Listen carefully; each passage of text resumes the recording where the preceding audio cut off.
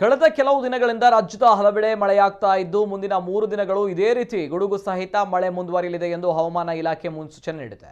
ಉತ್ತರ ಒಳನಾಡಿನ ರಾಯಚೂರು, ಬೀದರ್ ಹಾಗೂ ಯಾದಗಿರಿ ಹೊರತುಪಡಿಸಿ ಬಹುತೇಕ ಎಲ್ಲ ಜಿಲ್ಲೆಗಳಲ್ಲೂ ಕೂಡ ಮಳೆಯಾಗಲಿದೆ. ಕರಾವಳಿಯಲ್ಲೂ ಬಹುತೇಕ ಕಡೆ ಗುಡುಗು ಸಿಡಿಲು ಸಹಿತ ಮಳೆ ಸುರಿಯಲಿದೆ ಎಂದು ತಿಳಿಸಿದೆ. ಮಲೆನಾಡು ಪ್ರದೇಶಗಳಲ್ಲೂ ಕೂಡ ಭಾರಿ ಮಳೆಯಾಗ್ತಾ ಇದೆ. ಈ ಮಧ್ಯೆ ಗುಡುಗು ಮಿಂಚಿನ ಸಮ್ಮಿಲನದಿಂದ ಹಿಂದೆಂದೂ ಕಾಣದ ರೀತಿಯಲ್ಲಿ ಚಿಕ್ಕಮಗಳೂರು ಜಿಲ್ಲೆಯ ಶೃಂಗೇರಿ ಶಾರದಾಂಬೆ ದೇಗುಲ ಸುಂದರ ನೋಟ ಕ್ಯಾಮೆರಾ ಕಣ್ಣಲ್ಲಿ ಸೆರೆಯಾಗಿದೆ. ಕಳೆದ 2 ದಿನಗಳಿಂದ ಜಿಲ್ಲೆಯ ಮಲೆನಾಡು ಭಾಗಗಳಲ್ಲಿ ಉತ್ತಮ ಮಳೆ ಸುರಿತಾ ಇದೆ. ನಿನ್ನೆ ಮಳೆ ಆರಂಭಕ್ಕೂ ಮುನ್ನ ಆರಂಭವಾದ ಗುಡುಗು ಸಿಡಿಲಿನ ಮಧ್ಯೆ ಶೃಂಗೇರಿ ಶಾರದಾಂಬೆ ದೇಗುಲದ ದೃಶ್ಯ ಕಾವ್ಯ ನೋಡುಗರ ಮನೆಸೂರೆಗೊಂಡಿತ್ತು. ಇನ್ನು ಶಾರದಾಂಬೆ ದರ್ಶನಕ್ಕೆ ಬಂದಿದ್ದ ಭಕ್ತರೊಬ್ಬರು ಈ ಅಪರೂಪದ ಚಿತ್ರವನ್ನ ಸೆರೆ ಹಿಡಿದಿದ್ದಾರೆ.